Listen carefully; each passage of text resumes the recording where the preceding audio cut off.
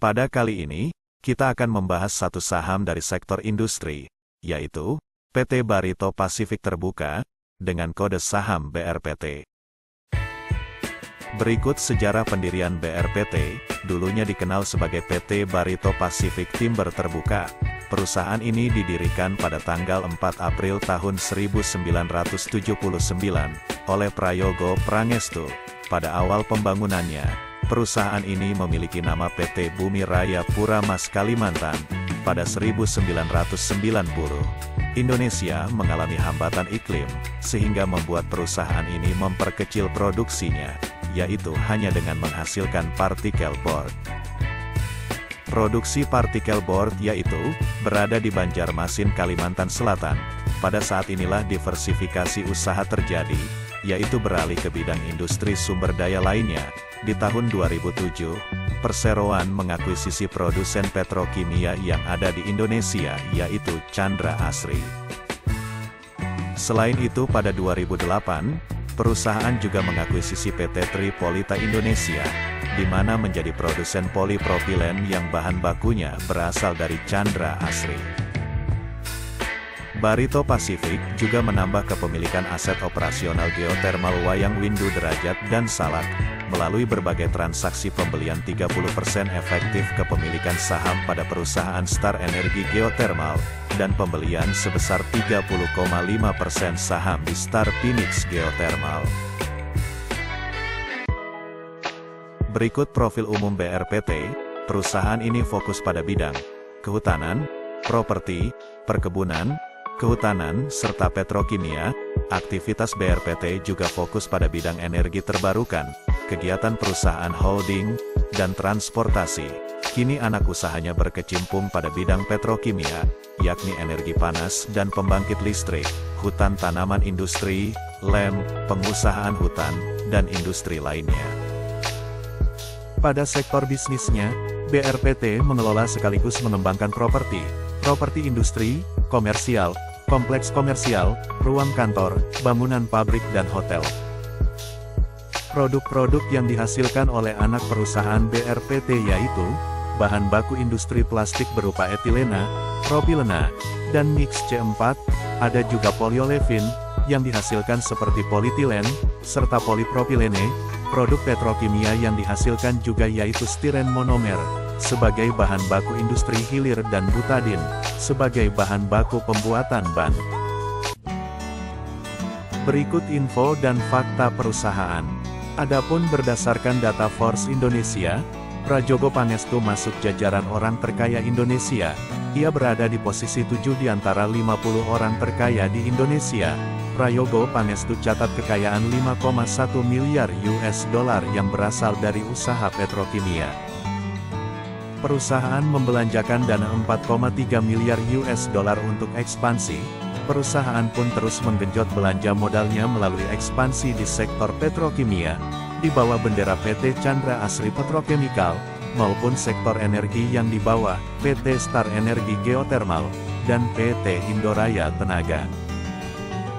Di sektor petrokimia, Chandra Asri dengan proyek kompleks petrokimia kedua, yang saat ini dalam proses persiapan keputusan final investasi, dengan nilai 5 miliar US dollar, yang ditargetkan rampung pada 2025 hingga 2026.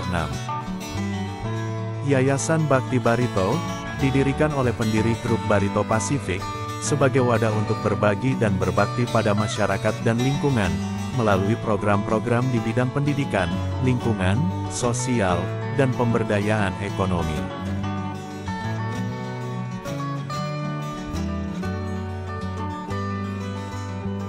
Berikut anak usaha yang dimiliki BRPT.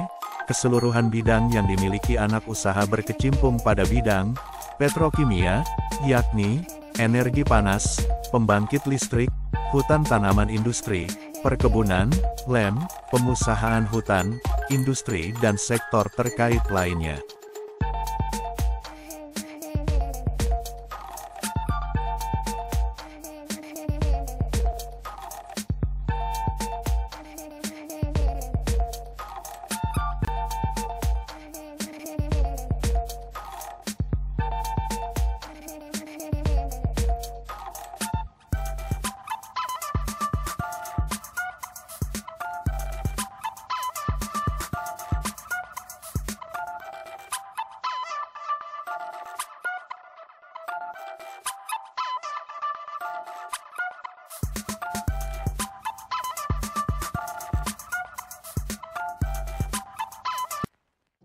Berikut penghargaan yang diraih perusahaan.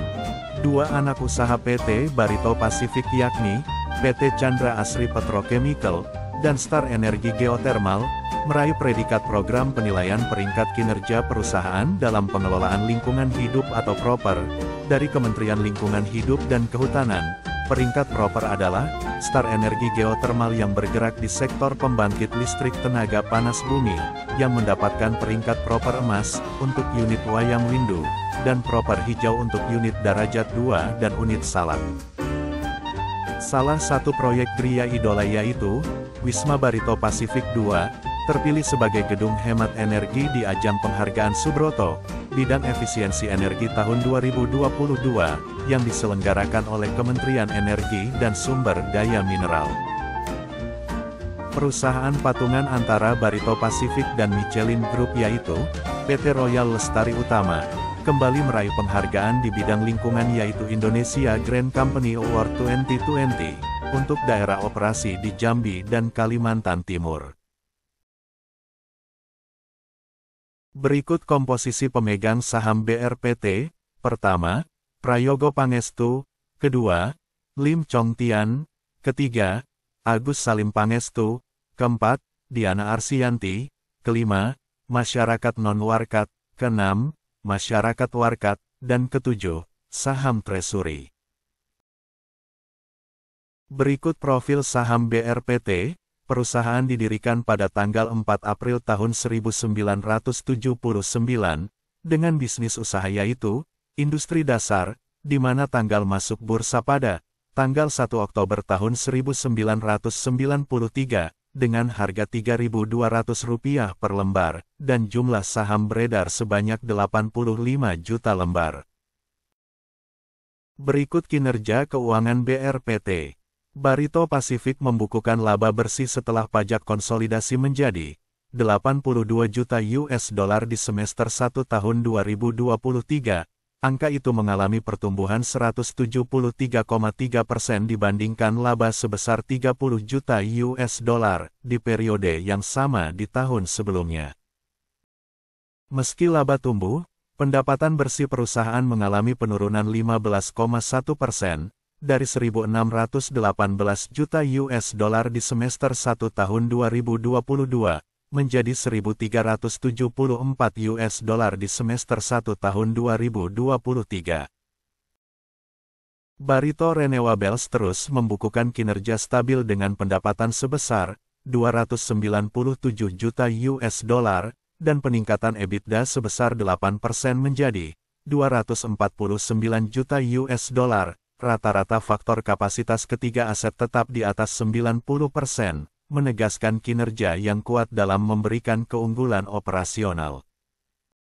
Selain pemulihan laba, perusahaan terus menjaga dengan baik profil likuiditas yang kuat di 6 bulan pertama tahun 2023, dengan rasio hutang terhadap modal 53%, dan rasio hutang bersih terhadap ekuitas sebesar 0,75 kali.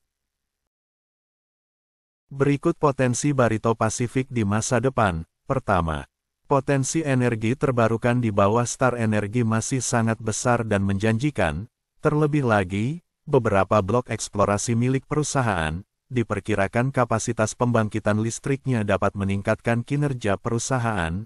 Kedua, di lini bisnis petrokimia, perusahaan diuntungkan karena masih ada peluang membaiknya permintaan bahan baku plastik di dalam negeri.